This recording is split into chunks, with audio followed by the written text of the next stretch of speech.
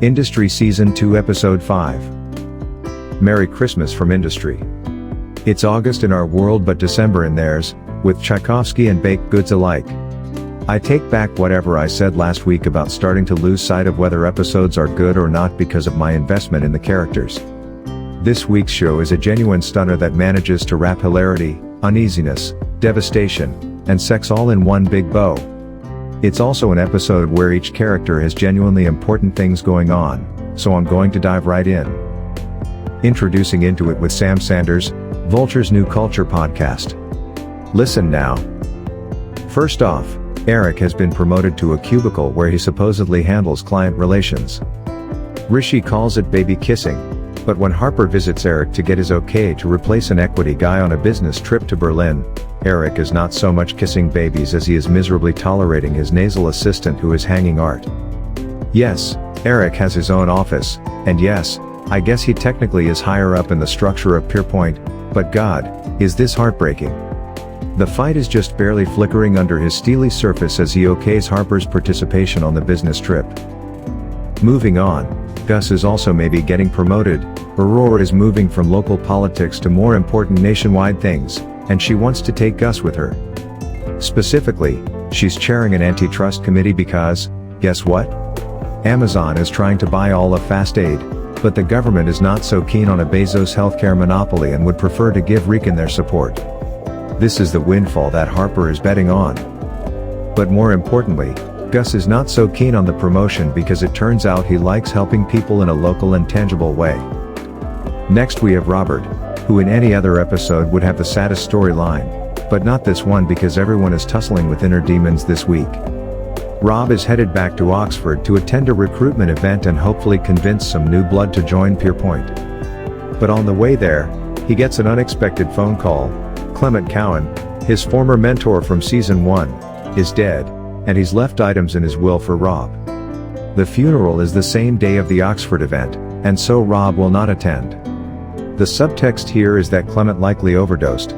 For those who've forgotten, Clement was the sour Scottish banker on the desk who took Rob under his wing, bought him his first tailor-made suit, and also happened to have a heroin problem.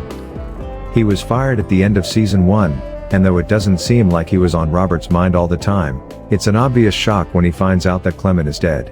I don't know why I didn't put 2 and 2 together, but it's probably seeing Clement shoot up in the back room of a suit shop last season that's contributing to Robert's season 2 sobriety. Venetia, the new grad on Yasmin's desk, is also an Oxford grad and as a result, is also on the trip with Robert. The two have a vulnerable chat where we learn that Robert's mother was the person who wanted him to go to Oxford. We also learn that she's dead. Also, Robert used to sing in the choir and he's from the Oxford area. All these things, the holiday season, the proximity to home, the sudden death of Clem, lead Robert to go visit his father at the bar where he works. Things start off promising until his dad blows him off for other customers, giving his son no special treatment. This sends Robert off on a tear, drinking and snorting coke like it's season 1, and making an ass of himself at the recruitment dinner. Venetia, who thought maybe she'd found a genuinely nice person to hang out with, is crestfallen. What I've described so far is a lot.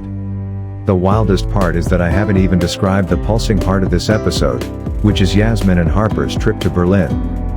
Business background: the two are headed to Berlin to pass Anna, the socially conscious investor from earlier in the season, on from working with Yasmin, who is moving to private wealth management, to working with Jackie, her funny, foul-mouthed co-worker. Harper is tagging along on the pretense of trying to poach Anna as a client for her desk. So Harper, Yasmin, and Jackie head to Berlin, where they stay in Yasmin's father's apartment, which is giant and gorgeous. The three head to dinner, and when Jackie retires for the night, Harper and Yasmin have a bit of a heart-to-heart. Yasmin talks about getting back in touch with her dad and how it's ostensibly good but also makes her feel like her past has been a lie. This is when Harper confesses to Yasmin that she's actually in Berlin to find her brother.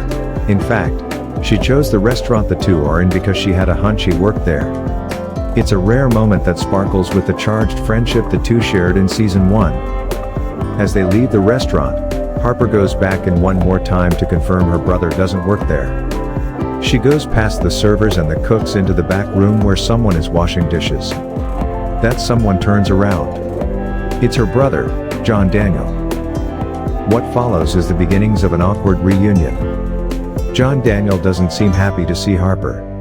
If anything, he actively tries to get rid of her, but Harper, as we know, is tenacious, and so the trio end up at a Berlin club. John Daniel continues to try to avoid Harper. Yasmin takes drugs and becomes annoying, and for a second it looks like the whole endeavor might be a bust. But then John Daniel relents and takes Harper back to the now closed restaurant where he works.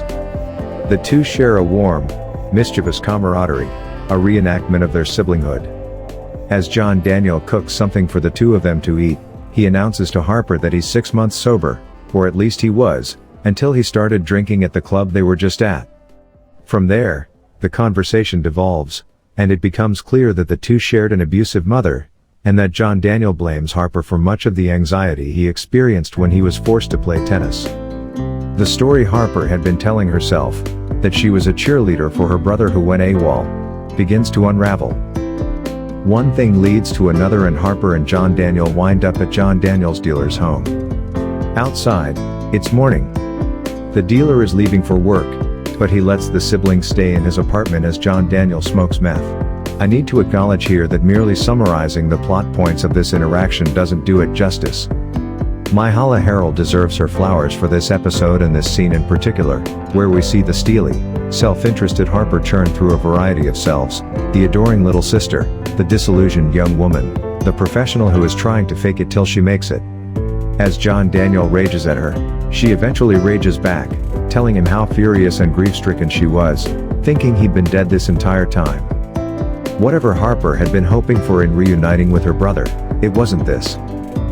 While Harper confronts her brother, Yasmin confronts her past. Still high from the drugs she took in the club, she rifles through her father's desk until she finds the address of her old nanny. She shows up at said nanny's house and proceeds to have a conversation full of vagaries that hint at a step-sibling that Yasmin never knew she had, the specter of her father as a sexual predator, and what the NDA her nanny was made to sign actually covers. Remember, it's not just one NDA and woman that her father is implicated by, but many. Yasmin came to Berlin hoping to find nostalgia in the house she spent time in as a child. Instead, she's getting clued into what happened around her when she was younger. At the meeting with Anna, the ostensible real reason the two came to Berlin, Yasmin and Harper are shell-shocked and exhausted looking as Jackie tries to keep things light. The episode ends back in London, where DVD tries to ask Harper how Berlin went and is brutally shut down as Carol of the Bells plays in the background.